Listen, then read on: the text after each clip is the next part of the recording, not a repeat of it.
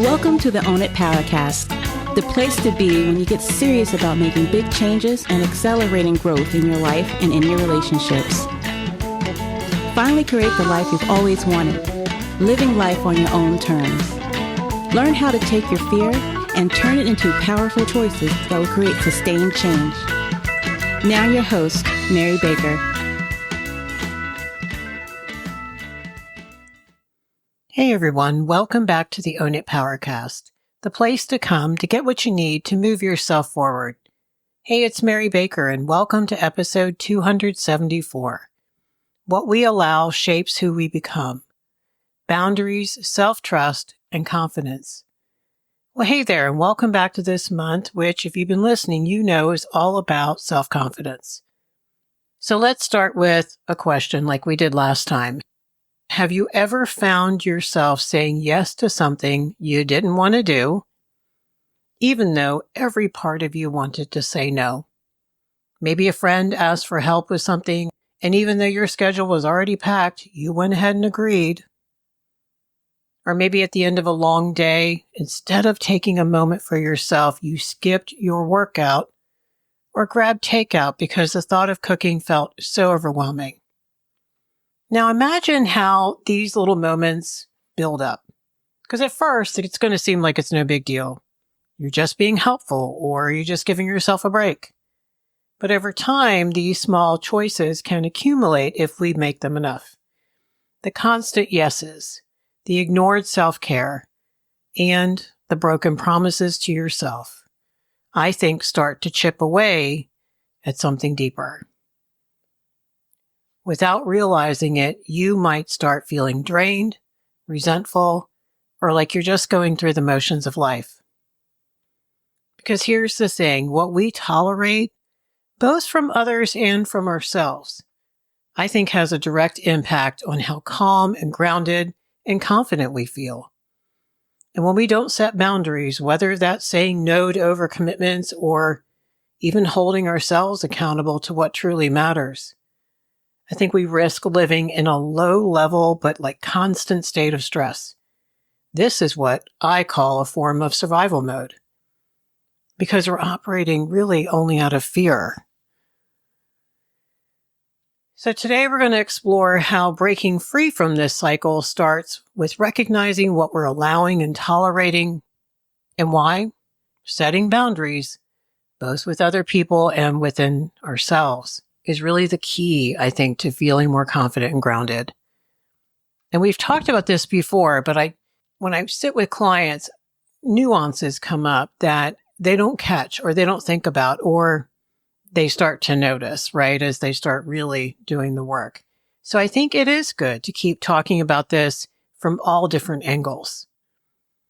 And if you want some help with that, make sure you sign up in the show notes for a power hour with me. I have a few openings coming up for February if you want to do that.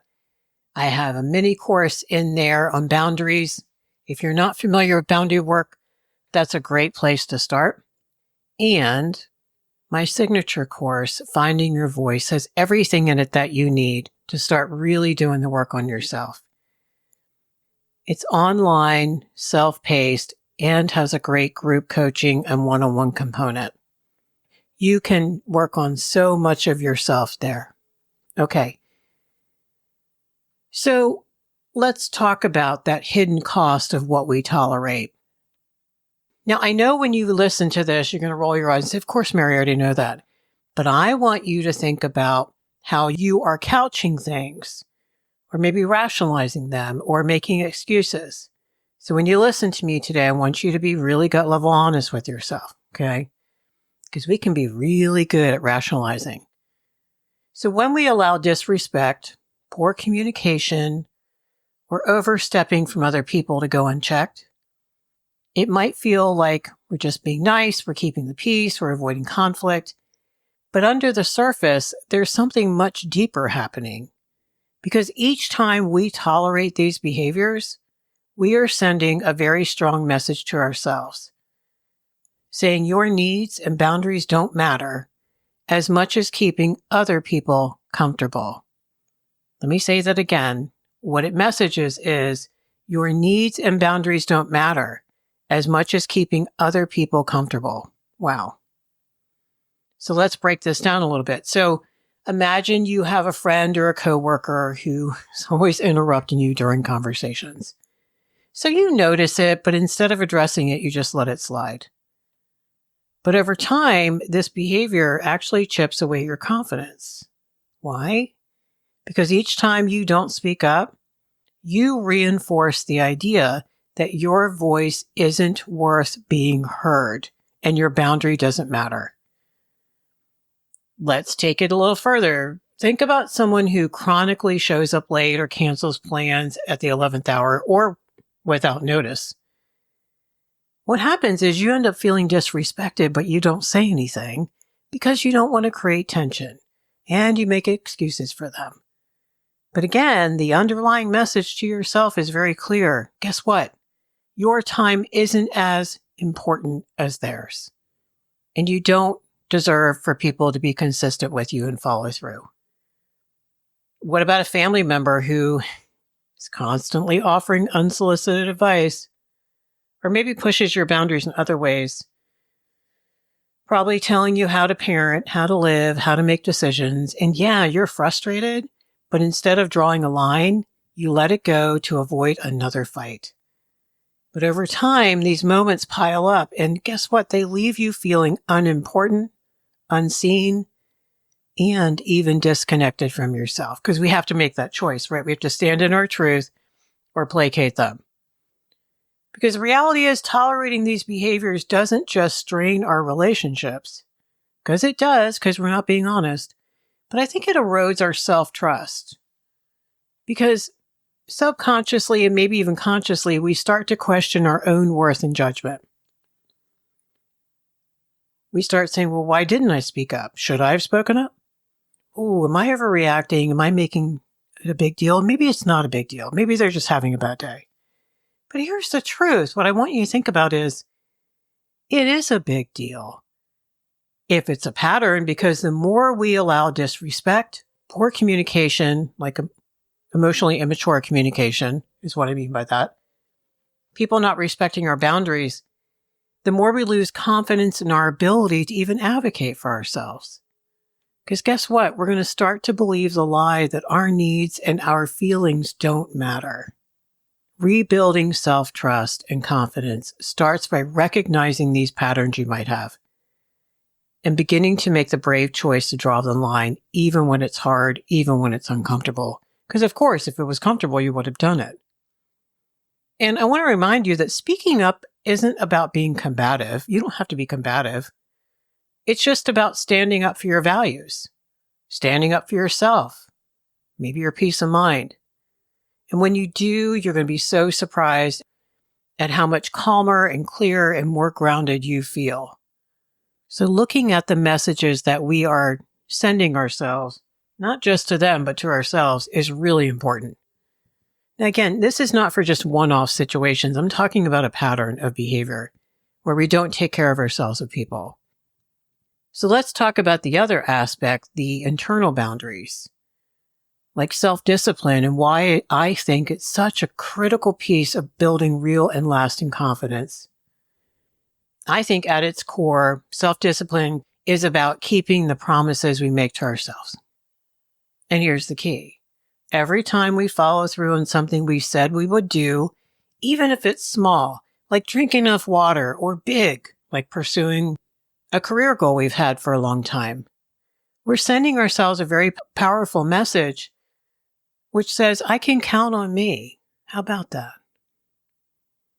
But when we don't follow through, the opposite happens. Skipping that workout, hitting snooze instead of starting the day intentionally, or procrastinating on an important task always seems harmless in the moment. But over time, these choices can really erode our self-trust. Because guess what happens? We start to doubt our ability to stick with things or achieve what we truly want. And here's why it's so tied to confidence. Well, it proves we're reliable to ourselves. Confidence isn't just about how we show up in the world. I think it's also about the trust we have in our own abilities. When we practice self-discipline, we slowly but surely build that internal trust. because we're demonstrating that we're capable of prioritizing what matters, even when it sucks and even when it's hard. That's what adulting's all about. I think it strengthens our sense of control. What we don't think about enough is actually a lack of self-discipline leaves us feeling chaotic or out of control. We may not see it, but we can feel the stress and we can feel the anxiety. We feel that nagging sense of dissatisfaction. Self-discipline is great because it brings structure and stability, which I think helps us feel more grounded and capable of handling life's challenges. That's why kids need routines, pets need routines. It helps them feel safe. I think it reinforces our values too, because when we practice self-discipline, hopefully we're aligning our actions with our goals and our values. And that, I think, creates a sense of integrity. And guess what, guys? That's what really fuels authentic confidence. You are rooted in who you are, not in external validation. And you're trying to live out your values the best you can. So let's look at an example. So let's say you set a goal to read one book a month. But life gets busy, right? And so you put it off. So over time, though, this pattern of not following through can create a sense of disappointment in yourself. It's not about the book. But when you decide to carve out, let's say, 10 to 15 minutes a day to read, even when it's inconvenient and you're tired, you are showing yourself that your goals and your commitments matter, no matter how small they are. That small act builds momentum, and before you know it, you're not just reading. You're feeling more confident in your ability to prioritize and follow through. That's why I tell clients it's not the thing, it's what it means. And everything holds symbolism for us. The truth is, self-discipline isn't about being perfect or rigid either. It's about trying to consistently choose actions that serve your well-being and growth. It's about giving yourself some proof day after day that you're capable and you're trustworthy and you're worthy of showing up for yourself. And if you fall off the horse, that you can get back on, because that matters too. And when you know you can really rely on yourself, I think confidence actually becomes second nature. And not because of what others think of you, but because you know deep down that you're showing up as the best version of you. So when we keep promises to ourselves, we actually feel a healthy sense of control because we're in a place of choice and intentionality and congruence. What we say matters, we show it. We try our best to follow through. So we feel more glued together. But without boundaries, without self-discipline, I think we feel out of control. I think we feel ungrounded and unsafe in our lives. And then usually we just start acting out more and the spiral continues. So what about distractions? Because we know distractions are everywhere. There's social media, there's endless emails, there's the urge to clean the house when you have that big project to tackle or that conversation you need to have. So while distractions might feel harmless, they can often pull us away from what's important and leave us feeling scattered and unproductive and worse about ourselves. Yet every time you resist a distraction, you're actually strengthening your ability to focus on what truly aligns with what matters to you, your goals and your values. So guys, I'm not just talking about productivity. I'm talking about energy is finite and reclaiming some of it for things that genuinely matter. And then you feel better about yourself. So maybe, for example, instead of scrolling on your phone, you decide to take a short walk or meditate. That small act reinforces so many things that you deserve the self-care from the real benefits of meditating or walking, and that you can say no to distracting yourself.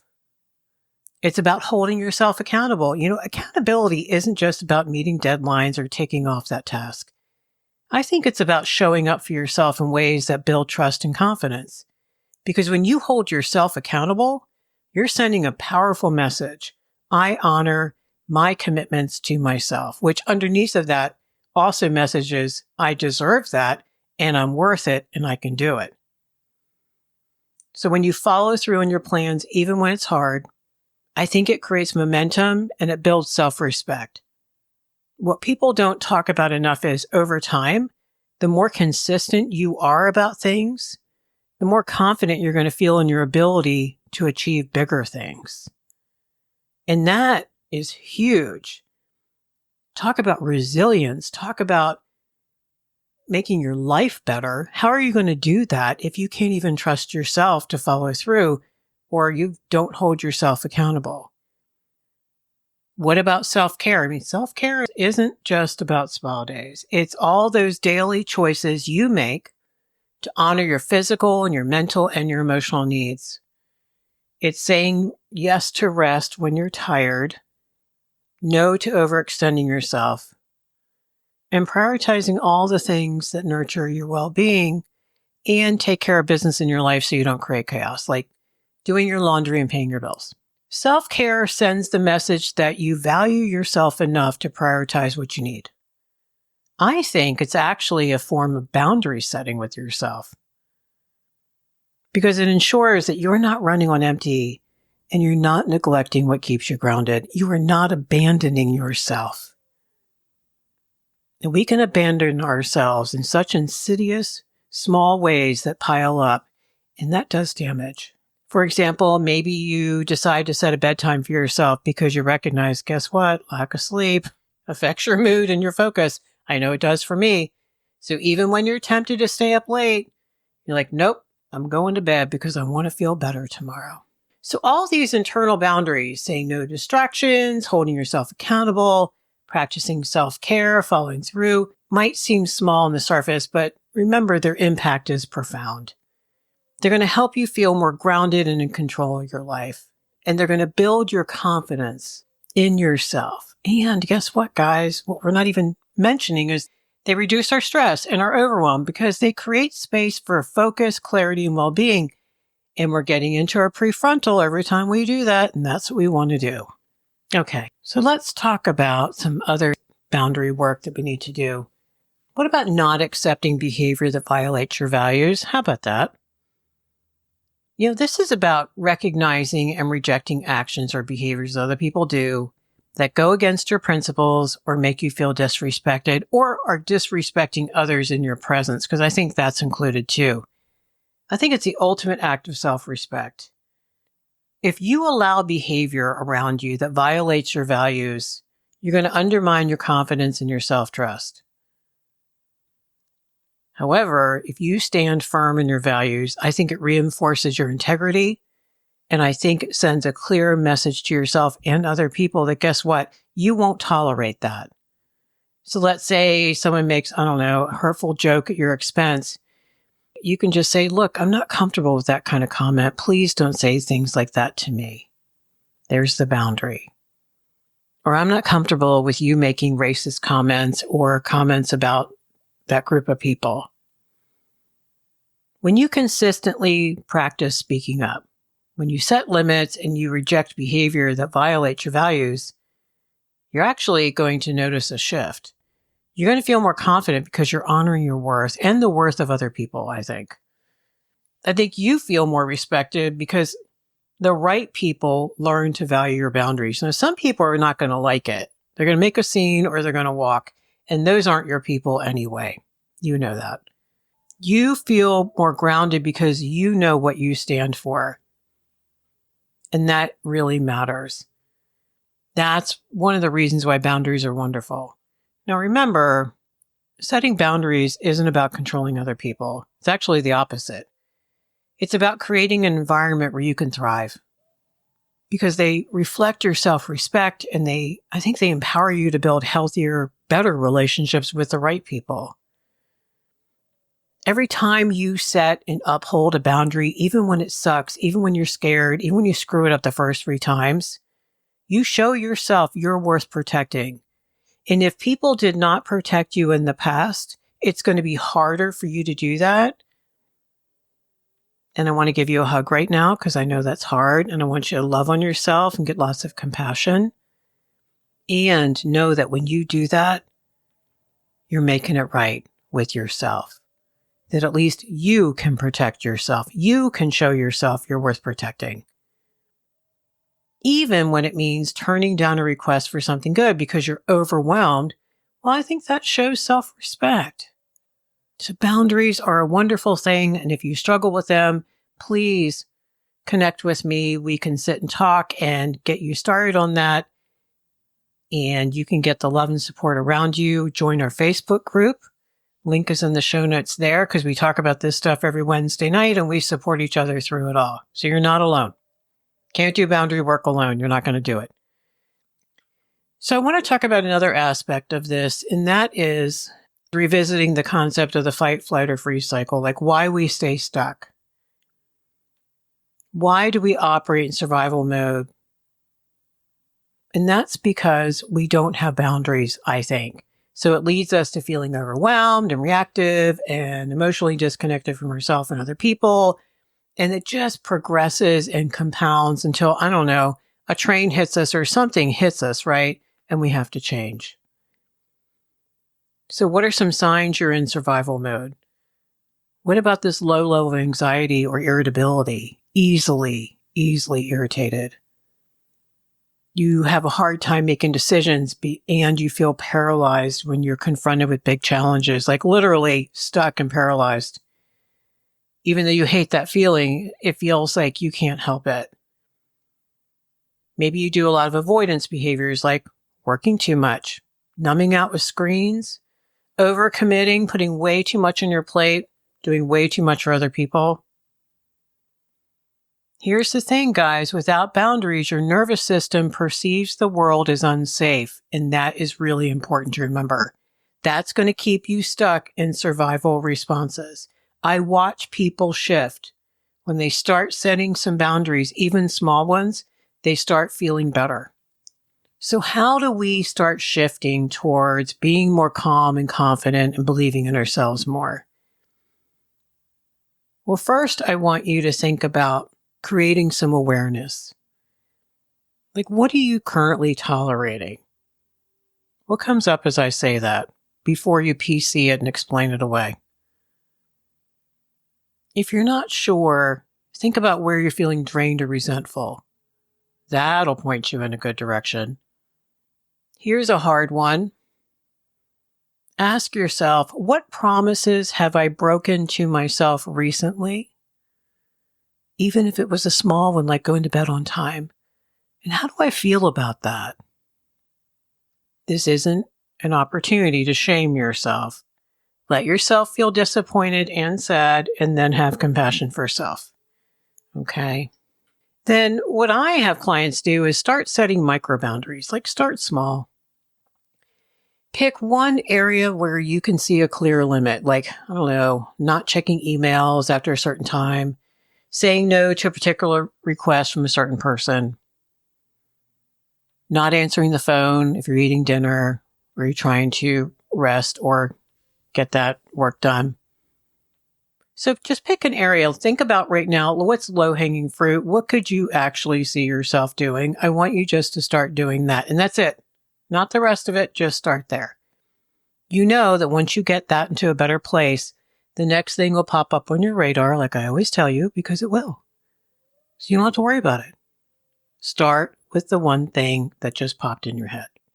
And then practice some self-discipline. Again, just pick something and do it with grace. Like maybe going to bed a little bit earlier or taking a daily walk. Do it with compassion, guys, not perfectionism. Perfectionism is fear. It's not something to be proud of. It's great to do a great job and bust your ass, but it is not good to be a perfectionist. And now I want you to just take a moment to visualize something. If you are in a place where you can close your eyes, that's great. But if not, just think about what comes up in your head. So I want you to take a moment and imagine your life with wonderful boundaries. So just imagine some typical life situations that you can see yourself in, like, I don't know, at home, at work. And I want you to picture yourself right now trying new things and doing things you've always wanted to do, even if that's take a day and not be bothered and do nothing. What is that thing? You see yourself, you're feeling calmer, you're happier, you're more in control, you're a lot less reactive, a lot less freaked out. What is this like for you? How's it feeling? Now imagine seeing yourself, trusting yourself to follow through and make decisions that honor what you need. What are you then doing? Look around in this vision. What do you see? What are you doing? What are you following through on? Why does it matter? And how does this feel? And finally, imagine how much better relationships around you are becoming because you're no longer tolerating disrespect or overextending yourself. And yeah, there might be some new people around you. I get that. And there might be some good people that were there that you were doing too much for. So they weren't toxic. You were being toxic. And so now the relationship is better because you guys can negotiate needs. And you can say no to one another in a loving way.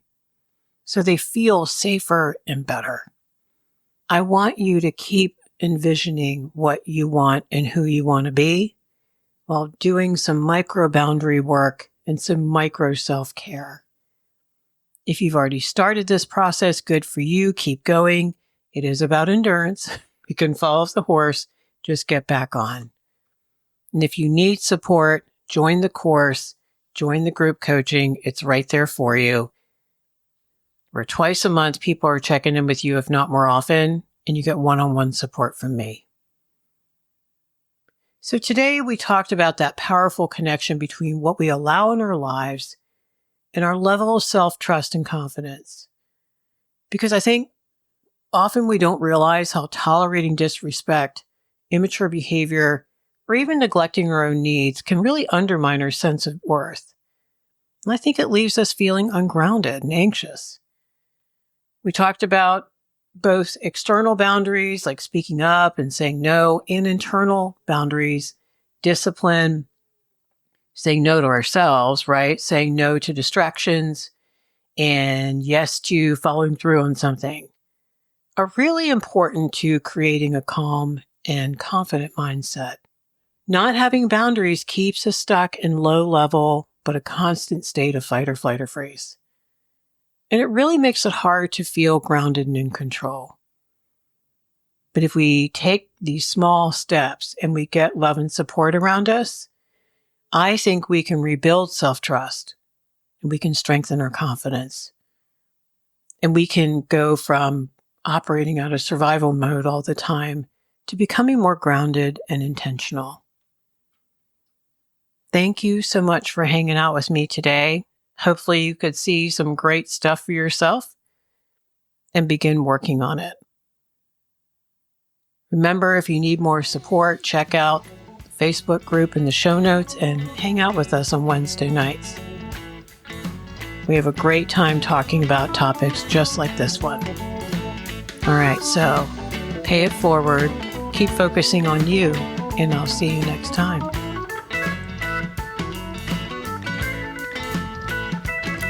We hope you took away some useful insights and tools you could begin using right away. If you did, please leave a positive review and share on your social media. Because could you imagine if everyone in your life really got it together? Remember, own it now, so you can really own it later.